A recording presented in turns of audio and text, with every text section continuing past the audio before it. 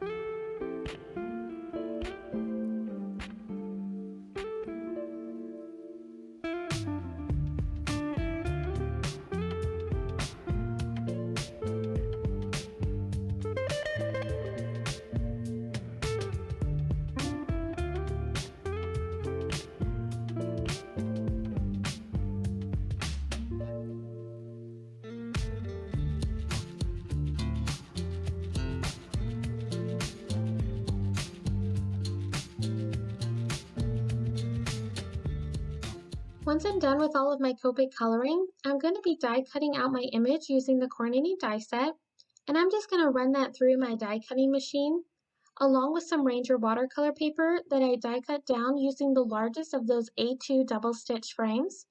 And you can see that really nice stitch detail that it leaves. And for my background today, I'm going to be using two stencils from Honeybee Stamps, the new Circle Spotlight stencil, as well as the Falling Heart stencil. And once I decide what size circle I want for my background today, I'm going to center it over my panel and adhere it down using some purple tape before doing my ink blending.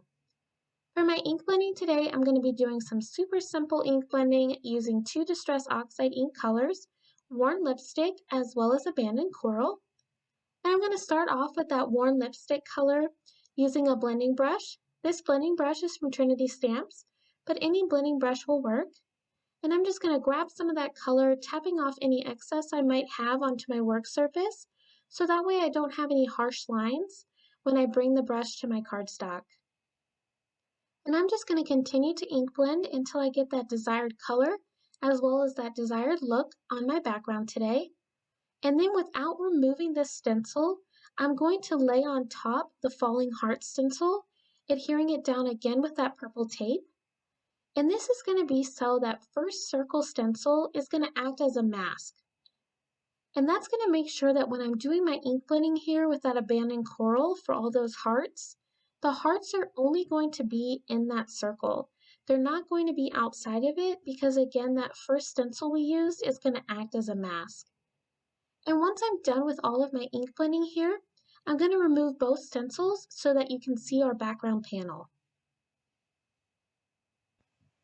Using the Be Bold alphabet dies from Honeybee Stamps, I die cut out the letter M so that when I put this card together, I'm going to have an M on each side of my puppy, which will read Mom, and my puppy is going to act as my O for my sentiment today. I really wanted to add an additional color to my card to make sure that my die cut letters pop from my background because I really felt as though them being white was really getting lost. So to accomplish that, I'm going to be doing some more ink blending, but this time I'm going to be using the color Squeeze Lemonade. And I'm going to start my ink blending at the bottom of each of those letters, and then I'm going to fade out towards the top. And I really love how that yellow pairs with that worn lipstick background that I did earlier. And once I'm done with ink blending, I really felt as though my puppy at this point needed some more added detail. So I'm going to come back in with those same cool gray markers I used before, and I'm going to add some fur-like texture using a flicking motion. Once I have all of that done, I'm just going to go back to my letters, and I'm going to adhere all three layers of the M that I die cut out using some liquid adhesive before moving on.